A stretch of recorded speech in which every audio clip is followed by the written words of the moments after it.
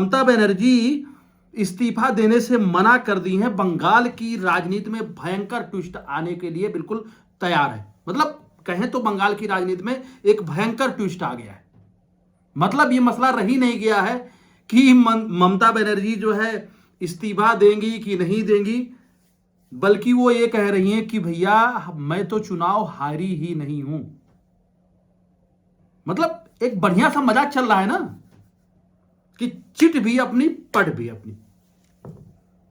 ममता बनर्जी जी अगर सीपीएम या और जितनी पार्टियां रही हैं, अगर वो पार्टियां जो है आकर के कहें या बीजेपी बोले कि 2021 में या 2016 में मैं भी चुनाव हारा नहीं था, वो तो सीटें ममता बनर्जी छीन करके ले गई थी, तब ये बातें डाइजेस्ट होने वाली हैं कि नहीं? आप लोग जरा बताइए, जो लोग आप देख रहे हैं। ममता बनर्जी ने 2-3 बयान जो दिया है, खास करके 3 बयान देकर के सबको चौंका दिया है। पहला बोला है मैं चुनाव हारी ही नहीं हूं, तब इस्तीफा देने का कोई सवाल ही नहीं उठता है। सही बात है, अगर कोई बंदा चुनाव नहीं हारा है तब वो इस्तीफा क्यों देगा? ये पहला सबसे बड़ा सवाल ममता ने जो बोला है। दूसरा कि बीजेपी ने जो है 100 सीट जो है बीजेपी ने लूटे हैं, 100 सीट बीजेपी लूट करके ले गई है, मुझे जानबूझ करके चुनाव हराया गया है। तीसरा कि भैया बंगाल में वोट काटे गए हैं, अमित शाह, मोदी और इलेक्शन कमिश्नर जो है, जो इलेक्शन कमीशन के जो है अध्यक्ष हैं, उन्होंने बाकायदे जो है हमें हराया है, मैं हारी नहीं हूं। इसके खिलाफ वो कोर्ट भी जाएंगी और इंडिया गठबंधन का आह्वान उन्होंने कर दिया है। तो भैया जरा सोचिए कि जो है देश की राजनीति और जो है मतलब हमारे जो देश के नेता हैं, जिनके हाथ में जो है सरकार रही है, सालों दर साल रही है, वो लोग जब हार जाते हैं तब अपनी हार को पचा नहीं पाते हैं। ममता का यही कहना है कि मैं तो हारी ही नहीं हूं। ममता इस बात को लेकर के बैठ गई हैं कि भैया जहां जहां से मैं हार गई हूं, वहां से तो कोई भी अगर कैलकुलेट कर ले, संभावनाओं को मिला ले और जोड़ गांठ ले, तो वहां तो मैं हार ही नहीं सकती हूं। और फैक्ट इज दैट कि ममता बनर्जी वहां से हार गई हैं। 100 सीटें ऐसी हैं जहां से ममता बनर्जी हार गई हैं और वही 100 सीट का खेला हो गया है। लेकिन क्या वाकई में ऐसा हुआ है? जहां पे इलेक्शन कमीशन जो है निष्पक्ष चुनाव कराता है, निष्पक्ष चुनाव के लिए जाना जाता है, उसके बावजूद भी जिसको जो कहना वो कह लेता है कि भैया ऐसा हुआ वैसा हुआ है। वही चुनाव जब ममता बनर्जी 2021 में जीती थी तब इलेक्शन कमीशन सही था, 2016 में भी सही था, लेकिन ये 2026 में इलेक्शन जो कमीशन है, जो इलेक्शन कमीशन के आला कमान है, वो जो है अब गड़बड़ हो गए। पहले जब चुनाव होता था कि पूरे चुनाव में बंगाल पुलिस की जो है के हाथ में मैक्सिमम बहुत सारी चीजें होती थी, लेकिन इस चुनाव में जो है सेंट्रल एजेंसियां जो है सीआरपीएफ और इन सब के हाथ में जो है जब चुनाव रहा तो ममता बनर्जी के गुंडे वहां पे सेंध नहीं मार पाए। तो तब तो कहेंगे ही कि भैया मैं हारी नहीं हूं, मैं चुनाव नहीं हारी हूं। गजब बात है, मतलब गजब बात है दीदी। अरे नेता वो नहीं होता है जो ये हठ धर्मिता पे आ जाए, मैं हारी नहीं सकती हूं। हर लड़ने वाला इंसान यही कहता है कि मैं तो जीता हूं जब तक जो है रिजल्ट नहीं आता है। रिजल्ट आने के बाद हर आदमी जो है मिठाई खिलाता है, धन्यवाद देता है, कांग्रेस करता है। उसके बाद में देखो राजनीति है, बातें बहुत सारी होती है। ममता बनर्जी जो कह रही है मैं हारी नहीं हूं, भाई साहब ये भारतीय राजनीति में आज तक कभी नहीं हुआ है कि कोई सीटेड जो है सीएम चुनाव हार जाने के बाद, वो भी 2 डिजिट में है, जो बंदा पिछली जो है बार बहुमत में रहा हो, उसको 3 डिजिट में जो है सीटें भी नहीं आई, उसके बावजूद कह रहा है मैं हारी ही नहीं हूं। भाई देश की जनता ने आपको 15 साल, बंगाल की जनता ने आपको 15 साल जो है जिताया, लेकिन क्या हुआ कि कलकत्ता जैसे महानगर से लोग पलायन करने पे मजबूर हुए, हैदराबाद, बेंगलोर, दिल्ली ऐसी जगहों पे।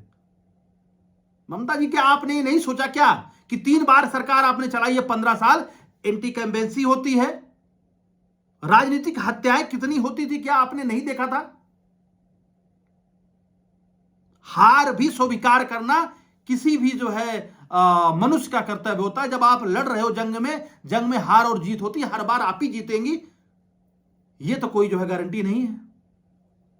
अब ये इन्होंने टीएमसी के जो है कार्यकर्ताओं को या वहां के जो भी लोकल सपोर्टर या गुंडे इनके हैं उनको उनका आह्वान किया है कि आप लोग कैंडल मार्च करो। मतलब अब यह है कि एक बड़े आंदोलन की शुरुआत करने के चक्कर में है। इसी के क्रम में इन्होंने इंडिया गठबंधन के सारे नेता, चाहे हेमंत सोरेन हो, ठीक है, चाहे अखिलेश यादव हो, इनको सबको उन्होंने बुला लिया है। राहुल गांधी को सबको बुला लिया है कि आओ सब लोग एक तरफ से ढोल पीटो, क्योंकि बीजेपी एक एक राज्य जो है फतह करते हुए जा रही थी। मैं भी नहीं जानता भैया बीजेपी कैसे फतह करती है, लेकिन जनता के ऊपर जादू कैसे चलाती है बीजेपी, ये मैं भी नहीं जानता हूं। लेकिन भाई साहब, अगर मैं बात करूं बीजेपी ने क्या किया, ममता ने क्या किया है, तो बीजेपी प्लस बढ़ेगी।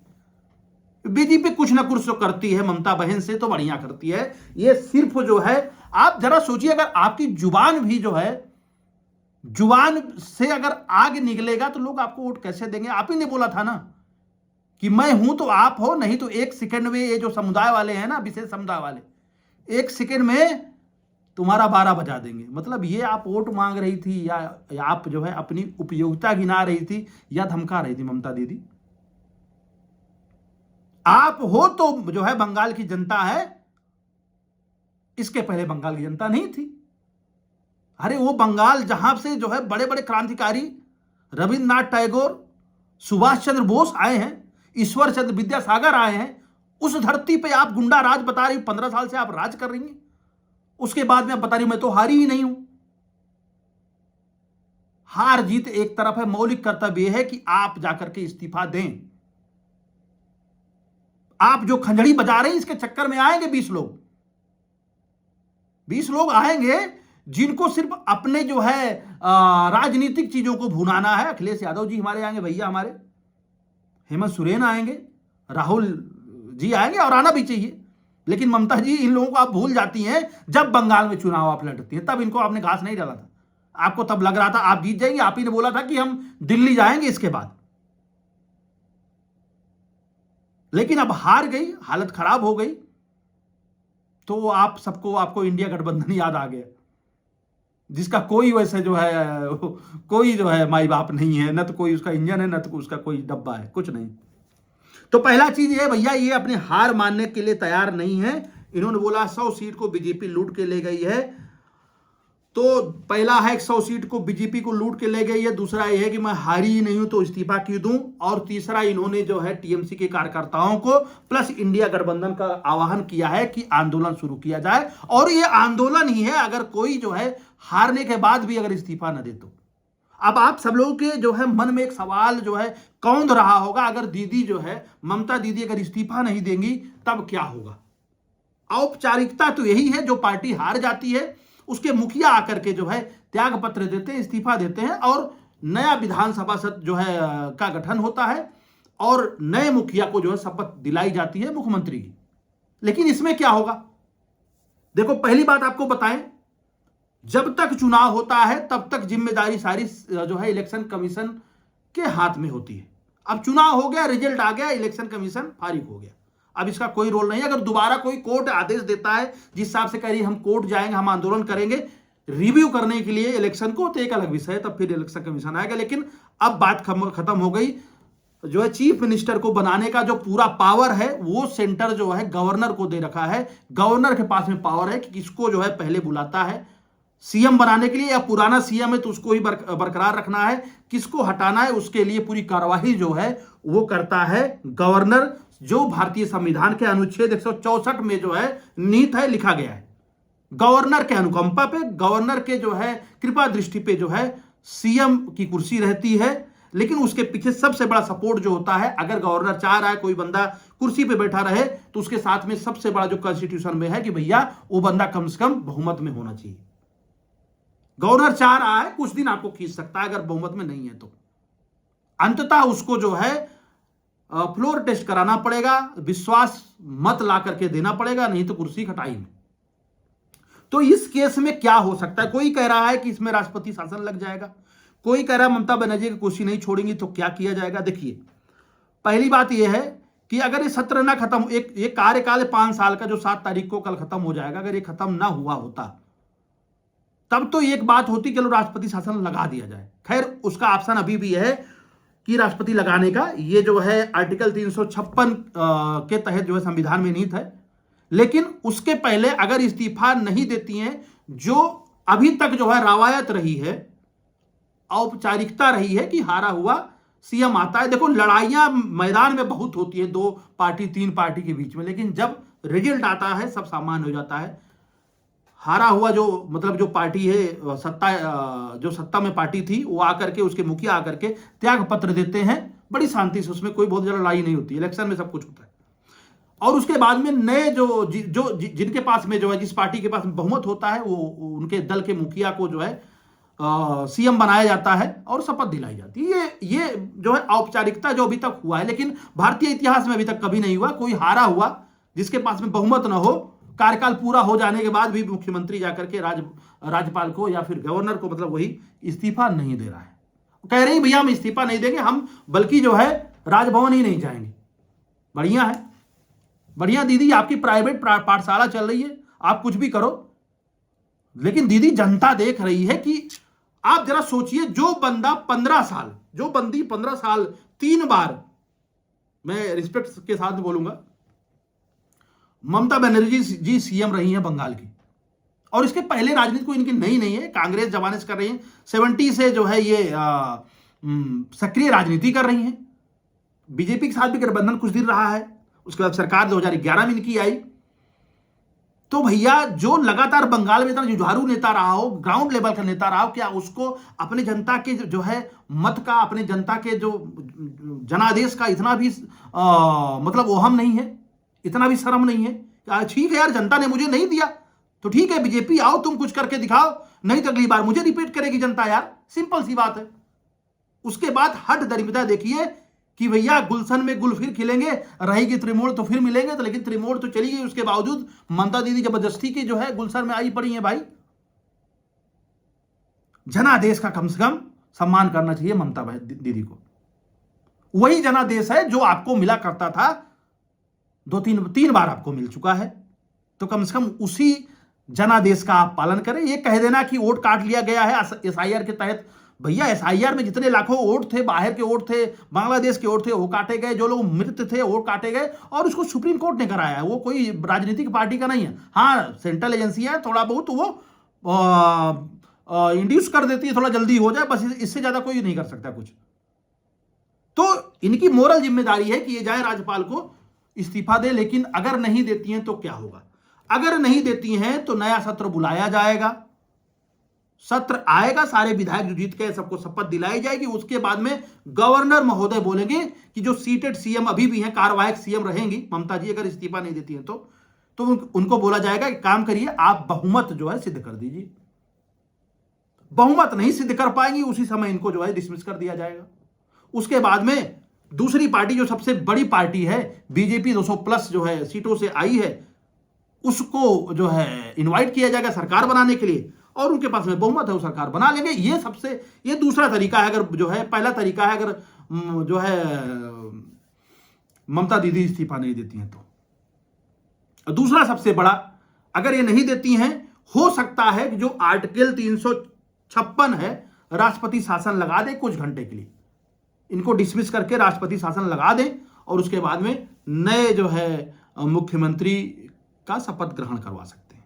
तो ये तरीका है, ये जो है तरीका जो है कानून में है, क्योंकि कार्यकाल पूरा हो गया, 5 साल ज्यादा कोई रहेगा नहीं, कुछ दिन कार्यवाहक के रूप में रह सकता है, लेकिन इतनी बड़ी धृष्टता, इतना बड़ा जो है कहते नहीं जबरदस्ती एक अच्छी बात नहीं है। आपको फिर बंगाल में चुनाव लड़ना है, कोई आखिरी चुनाव नहीं है ममता दीदी, आपको एकदम दिल थाम के बैठना चाहिए। आप कोई दूध की धुली नहीं है। कोयला और गाय तस्करी और कई सारे घोटालों में आपकी पार्टी लिप्त रही है, पलायन हुआ है। कोलकाता जैसे महानगर जो आजादी के पहले सबसे बड़ा सेंटर हुआ करता था, वहां से लोग बाहर जा जाके जॉब कर रहे हैं। आपने उद्योग कारखानों पे कोई काम नहीं किया, आपने रोजगार सृजन पे कोई काम नहीं किया, आपने सिर्फ जो है गुंडे पाले, आपने जहांगीर पाला, आपने लोगों को वोट देने से रोका। अरे बहुत अराजकताएं करी है आपने। आर्जिकल मेडिकल कॉलेज में कांड होने के बावजूद भी धरना, मारपीट, तोड़फोड़ सब आपके गुंडों ने किया और जनता देख रही है, खास करके वहां की महिलाएं देख रही हैं। कहने के लिए कोई आपका सपोर्टर होगा, कोई बीजेपी का सपोर्टर होगा, कोई कांग्रेस सपोर्टर होगा, लेकिन इसका कोई मतलब नहीं है कि जनादेश मिलने की बाद भी ऐसी नौटंकी करे। और यही कारण है कि जो है विपक्ष गायब होता जा रहा है, क्योंकि कोई जो है इनके पास में मोरल वैल्यू नहीं है, कोई सिविक सेंस नहीं है, कोई समझदारी नहीं है। कानून की बातें करते हैं, अपना जीतते हैं उस समय ईवीएम सही होता है, अपना जीतते हैं जब ये खुद जीतती हैं तब उस समय ईवीएम सही होता है, उस समय जो है संविधान जिंदा हो जाता है, और जब दूसरी पार्टी जीतती है तो संविधान का गला रेत दिया जाता है। भाई साहब सब देख रहे हैं कौन सही है कौन गलत है।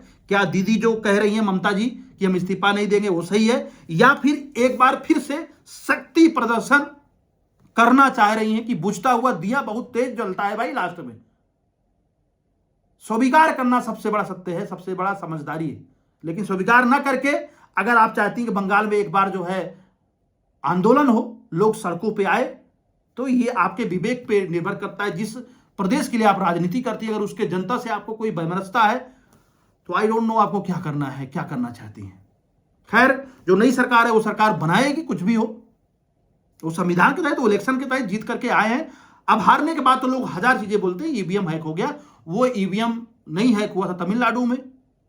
अगर ईवीएम वाली बात होती तो भाजपा जो 3 सीट पाई है तमिलनाडु में, वहां पे विजय की नई नवेली पार्टी 107 सीट पा गई, तो भाई साहब वहां पे बीजेपी भी जो है बहुमत में आ सकती थी ना, कभी आज तक सरकार नहीं बनाई है। तो ये सब कहने की बातें हैं। ममता दीदी क्या होगा बंगाल का हित चाहें तो आप बहुत तो बड़ा दिल करके इस बात को मान ले कि आपको जनता ने जनादेश नहीं दिया है। इसके बाद हो सकता है आपको जनता जनादेश दे। 5 साल आप वेट करिए, बीजेपी क्या करती है क्या नहीं करती है। अगर जो है बंगाल की जनता के लिए बीजेपी बढ़िया करती है तो ठीक है, नहीं करती है तो आप फिर आएंगे। आप तो बड़ा चेहरा है, आप तो केंद्र के लिए फेस है, लेकिन आप जो है कहते हैं रीजनल राजनीति करके आपने जो भी किया है। खैर, इसी साथ वीडियो कंप्लीट करते भाइयों, जो मेरी तरफ से कोई गलती हुई हो उसको माफ करिएगा। अगर आपको लगता है कि ममता जी सही कर रही हैं तब भी आप लोग कमेंट करिएगा। अगर आपको लगता है कि ममता जी को जो है हार मान के और जो है विपक्ष में बैठना चाहिए तो आप लोग कमेंट कर जरूर बताइएगा। इसी साथ वीडियो कंप्लीट करते हैं। अगर कोई जानकारी हो तो भाई कमेंट कर जरूर में साझा करें। तब तक के लिए फिर विदा चाहते हैं।